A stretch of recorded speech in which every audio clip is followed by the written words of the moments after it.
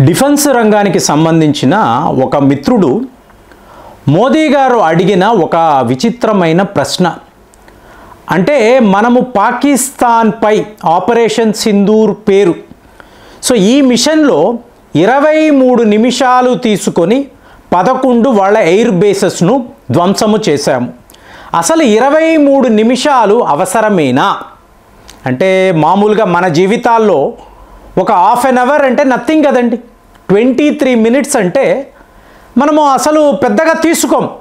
కానీ ఒక యుద్ధ విమానాలు ఇంకొక దేశం, అది శత్రు దేశంలోకి వెళ్ళి మీరు మీ మిజైళ్లను వాడి మీకు ఎయిర్ స్ట్రైక్స్ చేసి తిరిగి రావడానికి 23 నిమిషాలు పట్టింది అంటే ఇది చాలా పెద్ద విషయంగా అందరూ చూస్తున్నారు. సో మోదీ గారు డిఫెన్స్ నిపుణులను ఇదే అడిగారు.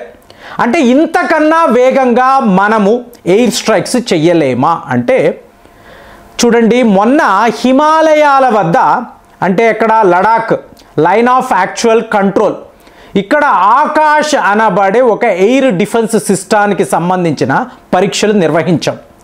సో దానికి ముందు మీరు చూసారనుకోండి, పృథ్వీ అలాగే అగ్ని, ఈ మిజైళ్ల పైన కూడా అంటే జూలై 17, జూలై 18 2 రోజుల్లో 3 మిజైల్ టెస్టులు చేయడము ప్రపంచములో నాకు తెలిసి చాలా తక్కువ దేశాలు మాత్రమే, ఇంకా 1-2 దేశాలు మాత్రమే చేయగలరు.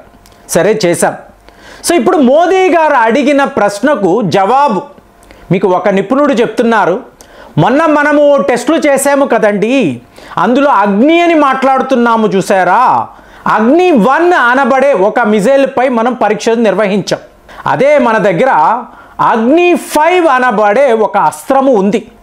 దీన్నే మనము మిషన్ దివ్యాస్త్ర అని అంటాం.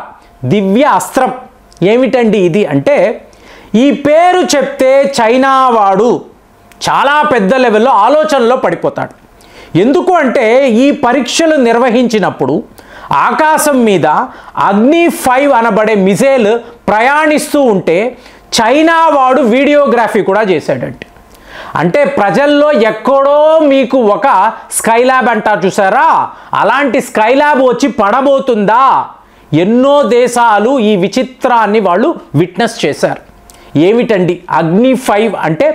Inter continental ballistic missile. మీకు మనము చెప్తున్న రేంజ్ 5000 కిలోమీటర్లు మాత్రమే. చైనా వాడిని అడిగారు అనుకోండి, ఇది మోర్ దెన్ 7000 కిలోమీటర్స్ ప్రయాణించగలదు. భారత్ ఈ నిజాలను హైడ్ చేస్తున్నారు అని వాడు గ్లోబల్ టైమ్స్లో మీకు ఆర్టికల్ రాశాడు. మీకు ఒకవేళ మోదీ గారు అడిగిన ఈ ప్రశ్న మనము రియాలిటీగా చూపించాలి అనుకున్నాం. చూస్తారా అండి మనం ఏం చెయ్యగలము? ప్రపంచంలో ఏ ఒక దేశము చెయ్యని పని మనము చెయ్యగలము.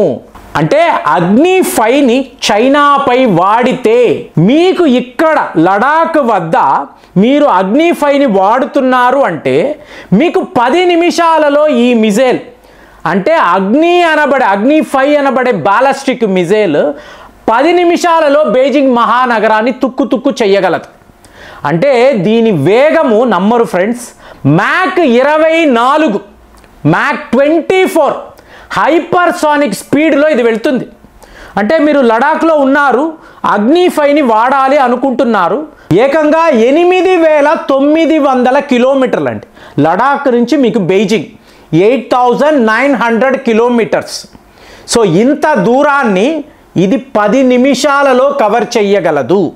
అంటే 29400 కిలోమీటర్స్ పర్ అవర్ అండి దీని వేగం. ఒక్క రష్యా వద్ద మాత్రమే ఇలాంటి ఒక హైపర్సానిక్ మిజైల్ ఉంది. అంటే ప్రపంచంలో ఏ ఒక దేశము కూడా అగ్ని 5కు సమానమైన ఒక బాలిస్టిక్ మిజైల్ను వాడలేరు.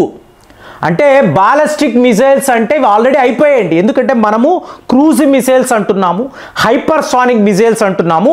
ఇంకా ప్రపంచములో మీకు ఎన్నో దేశాలు డ్రోన్ టెక్నాలజీ మీదే ఇన్వెస్ట్మెంట్స్ చేస్తున్నారు.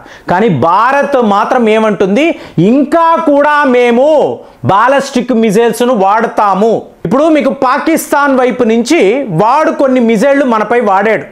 మనం ఏం చేశాము, వాటి కమ్యూనికేషన్ వ్యవస్థను జామ్ చేసాం. S-400 వాడాం.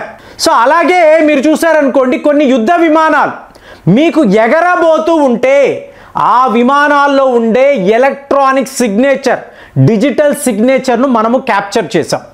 సో ఇది మనం చెయ్యగలిగాం, అంటే హయ్యెస్ట్ టెక్నాలజీని మనము వాడాం. అలాంటప్పుడు మీరు మీ మిజైళ్లలో అగ్ని 5లో GPS లేదు, ఎటువంటి ట్రాకింగ్ సిస్టము లేదు.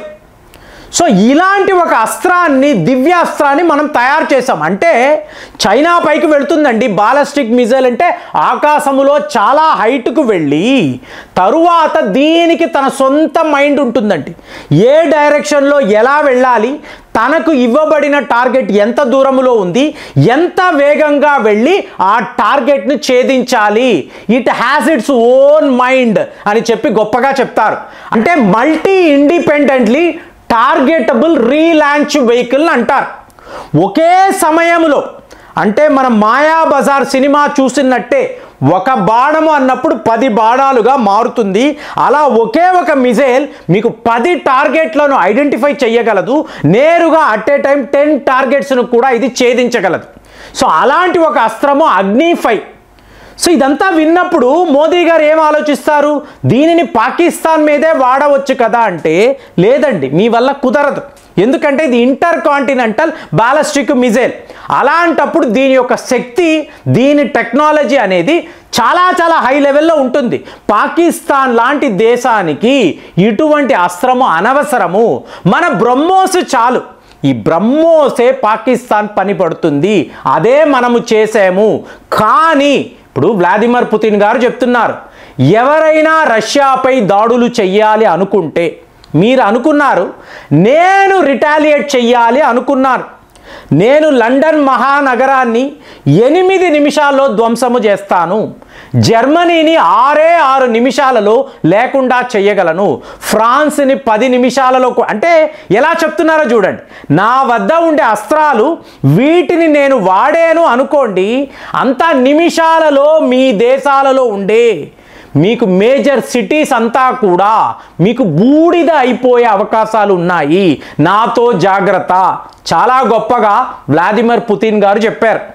అలాగే మీరు ఈరాన్ అన్నారు అనుకోండి, మేము తలచుకుంటే ఇజ్రాయెల్ యొక్క రాజధానిని 6 నిమిషాలలో ధ్వంసము అంటే ఎంత గొప్పగా ఉంటుంది చూడండి. వీఆర్ సో పవర్ఫుల్, మేము ఒక దేశం యొక్క రాజధానిని నిమిషాలలో, మినిట్స్లో ధ్వంసము చేయగలము. సో ఇవాళ మనము కూడా, అంటే ఈ షార్ట్ పీరియడ్లో ఏకంగా చైనా వాడి రాజధాని బెయిజింగ్ని 10 నిమిషాలలో మేము డెస్ట్రాయ్ చేయగలమని చెప్పి, అలాంటి అస్త్రము మా అగ్ని 5, ఈ దివ్యాస్త్రము మా వద్ద ఉంది. తలచుకుంటే ఇప్పుడు పాకిస్తాన్ వాడి వద్ద అణు అస్త్రాలు ఉండొచ్చు. సో వాళ్ళు భారత్పై అణు అస్త్రము వాడాలి అనుకున్నారు. వాళ్ళు గేట్లు ఓపెన్ చేసే లోపల ఆల్రెడీ అక్కడ ఇస్లామాబాద్ టోటల్గా డెస్ట్రాయ్ అయిపోయిందండి. భారత్ అగ్ని 5ని వాడేరు. ఈ ఒక వార్త చాలు, తరువాత పాకిస్తాన్ దేశం యొక్క పరిస్థితి ఏమిటి, భవిష్యత్తు ఏమిటి, వాళ్ళు తెరిచిన ఈ గేట్ ఏమవుతుంది, అలా ఉండిపోతుంది. అందరూ ఫ్రీజ్ అయిపోతారు. అంటే వాడు గేటు తెరిచే లోపల 2 నిమిషాలలో అగ్ని 5 పాకిస్తాన్ యొక్క రాజధానిని టోటల్గా డెస్ట్రాయ్ చేయగలదు. సో ఇప్పుడు హైపోథెటికల్గా మాట్లాడాలి అంటే, ఢిల్లీలో నుంచి మీరు అగ్ని 5 వాడారు, మీకు లండన్ మహానగరము అంటే 6700 కిలోమీటర్లు, అంటే 8 నిమిషాలలో లండన్ నగరాన్ని లేకుండా చేసే ఒక అస్త్రము మన వద్ద ఉంది అంటే ప్రపంచము నమ్మదు. కానీ ఇవాళ కూడా ఇంత శక్తివంతమైన బాలిస్టిక్ మిజైల్ని మనము వాడుతున్నాము, పరిశోధనలు చేశాము, మన శత్రువుల కోసం సిద్ధము చేసి ఉంచాము. అంటే ఈ కథనం ఎంత గొప్పగా ఉందో చూడండి. మరి దీని మీద మీ స్పందన ఏమిటి? కామెంట్స్లో రాయండి. మళ్ళీ వచ్చే వీడియోలో కలుద్దాం. జై హింద్.